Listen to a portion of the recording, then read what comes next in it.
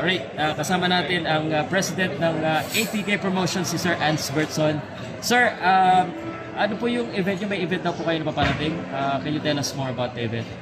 Yes, meron tayong bakbakan sa Masbate second edition through the initiative of our promoter, the founder and CEO of Antonio Co's ATK Promotions, no other than the good governor of the province of Masbate, Antonio Co.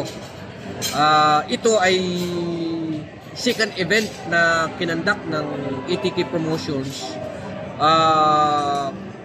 May nagsasabi sa amin na this is first in Asia na kung saan mayroong 5 title belt na paglalabanan. Title belt na paglalabanan. Nandyan sila Gio sa WBC Asia Continental Super Featherweight Championship against Anon Yupang. Champion yan ng Thailand. So challenger si Gio Santissima na tubong Masbate, Bicolano. Next we have the Vacant Philippine Featherweight Championship na paglalabanan nila Michael Dasmariñas at ni Junjun Estrada, no? Then we have the Vacant WBC Asia Flyweight Championship na paglalabanan nila Isnes Domingo ng Sanman versus Natley Lalbyakima of India. Yeah. Then we also have the Vacant WBF International Super Featherweight Super Flyweight Championship ni Ben Ligas at saka ni Alvin Kamike.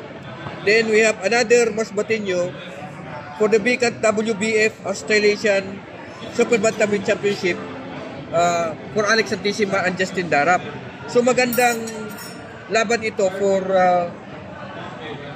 boxing aficionados kasi dito na paglalaanan natin ng tamang laban yung mga local boxers na regardless kung magkano gagastusin, kasi alam naman natin na bagwang title belt magastos yan, malaki ang purse, malaki pa yung sanctions, malaki ang babayaran sa belt, pero whatever, ang importante na ipapakita natin na to the ATK Promotions ay nabibigyan natin ng opportunity yung mga local boxers na sunod-sunod yung magiging laban nila. Oh. Sir, yung mga boxers po at saka yung mga championship belt, medyo, of course, alam namin. Pero yung ATK po, hindi po, bago lang po ito. Yes, can you tell us more po kung ano po ba yung ATK Promotion? Kasi parang sobrang laking event nitong gagawin nyo. 5 championship, parang baguhan ng ATK, big time kagad ang event.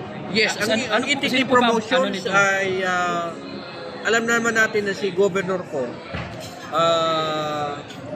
with Governor Roel Pacquiao, Governor Onabia of Misamis Oriental, and Governor Camor of Sorsogon, nagpo-promote sila ng boxing cockfight na promotions, malalaking cockfight, up to 10 million yung mga prize. So napagtanto nila na kaya naman pala nilang pumasok sa boxing world. So through Governor ko and this ATK Promotions, nagsimula tayo ng maliitang laban, professional bouts, last April 20. Ngayon, pinasok agad natin yung malakihan para ma-establish yung pagiging big time promotions ng ATK. Yun talaga yung big time. Ano po, ito pong ATK, this is the second event. Yung venue po ng laban, saan po mismo gaganapin? Yes, ito yung dinidevelop natin na resorts, which is the Masbate Lagoon in Barangay Matayom, Katayngan, Masbate. Napakagandang lagoon ito, nasa 6 hectares, composed of lagoon and a bay. So, ang magiging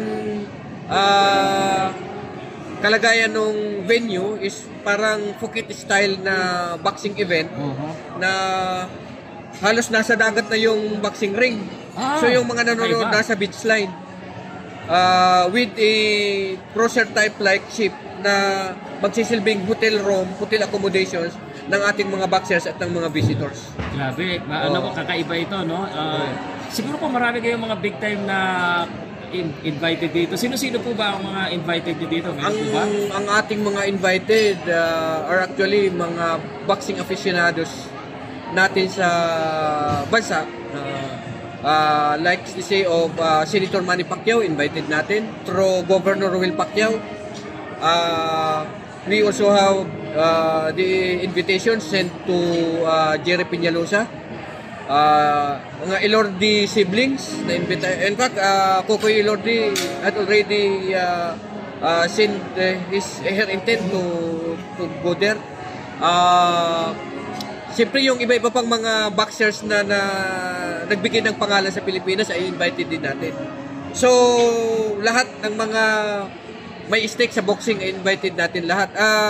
To note, our international host for that event, our ring announcer is no less than Tid Lerner.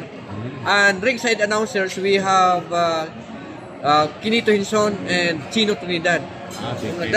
Mga big time sa sports ng Pilipinas. May paalam ha? Yeah, with Sir Ansbert, with this type of event, so big, talagang napakarami, maraming mga tututok dito. At what are the possibilities na magiging available sa public para mapanood nila? Dahil sa ganda ng lineup, this is worth watching para sa public. Ano po ba yung mga possibilities para mapanood itong laban na ito? Pagka ngayon, nasa negotiation tayo na mabigyan tayo ng free airtime sa GMA7. Actually, may kausap pa lang tayo sa ABS-CBN at sa mga cable network signal. Probably kung kaya natin ng Sky, kakayanin yung Sky Cable at saka sa GSAT. Yun. At saka most of all yung mga vloggers natin na nakafocus sa boxing like the podcast, si Juan. Basta kayo lahat invited to cover the event para mabigyan natin ng magandang exposure yung ating mga professional boxers. Lalo na yung mga tumutubo ng mga boxers natin, bigyan natin sila ng magandang exposure. Baka malay mo, next event ng ETK Promotions ay maisama na natin sa international boxing event sa Las Vegas or anywhere in the world na meron tayong laban. Ang ATK po, malaki na kaagad, second event pa lang. Yeah. Where do you see ATK promoting, and mayroon po ba kayong mga target na mga pangalan na i-promote? Kasi sinabi niyo international eh. Yes. How big is your plan for ngayon ATK? nag-i-scout pa tayo ng mga local boxers na at this juncture na kaya natin i-promote sa international boxing stage. Pero may tinitingnan tayo na anggulo na baka yung mga foreign professional boxers ay baka makuha din natin. For ETK Promotions to have a name in the international boxing arena. Yan ang tinitingnan natin na probably in the next few years makuha natin yung ganong prospect. Ang Masbate po kilala sa marami rin mga magaling dyan eh. Meron po ba kayong mga stable or paraan kung may mga bata na gustong sumali po sa inyo? Ngayon, naka-tie up tayo sa mga stable, nung malalaking stable in Cebu. In fact, some are in Mindanao, Jinsan and Davao. Some are here in Manila, sa Elordi. Pero tinitingnan natin na baka in few months time maging operationalized na yung ETK stable, makapagtayo tayo ng sarili nating boxing gymnasium na mag-house ng 50 to 100 boxers na magti-training. Tapos kinukuha din natin yung mga dating trainers ng Ala Promotions, dinadahan-dahan din yan na makuha natin para mabigyan natin ng magandang picture, no? Yung ating gymnasium na talagang pang-international yung gagawin nating mga activities. Sir Ansbert, in a span of half year lang, almost 6 months or less than, nakadalawang events na kayo. Ano ba yung expect namin sa third event? Will it happen before the end of the year or? Actually, 2 months pa lang nakapag-conduct tayo ng professional boxing event. So, our third edition, naka-sign up na kami sa New Star. New Star Hotel and Casino in Cebu for the third edition of the Bakbakan. So, sa ganitong paraan, kukuha tayo ng mga local professional boxers na may pangalan na sa boxing world, at itatapat natin yan sa mga foreign professional boxers para makita natin yung, aside from the entertainment, talagang mabigyan natin ng magandang prospect for a better future yung mga local boxers natin. Kaya wag silang mag-alala, bibigyan natin ng mga laban yung mga local boxers. Sila yung priority natin, kaya nabuo natin ang ETK promotion. Sila governor ko naman, with other governors, ay tiyak na buo ang suporta sa mga local professional boxers natin. Ito po paparating na event, is this, kasi sa island gaganapin open po ba sa public? Yes, actually, yung boxing event na yan is a feature of the Bagat Dagat Festival. Oh. So alam naman natin yung ibig sabihin ng Bagat Dagat, parang meeting together at the sea. So sa tradition ng mga Filipino, every 24th of June, that is the feast of John the Baptist. John the Baptist, nagtitipon-tipon yung mga tao sa dagat. Ang ginawa namin yung festival. We were able to secure an executive order declaring the 24th of June this year as a non-working holiday for the province of Masbate.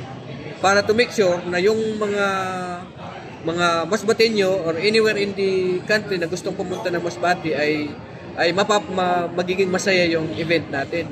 Aside from boxing. Sa balik coincide sa festival. Sa festival, ayan. So, do we expect a lot of tourists po? Yes, actually, yung mga hotel accommodations natin ay puno na aside from the boxing event for other activities na related sa festival. Kaya medyo masaya ang ganitong event. Kaya inaasahan din natin ang buong suporta ng mamamayang Pilipino na sana mas malaki pang event yung ikakandak natin sa Masbate.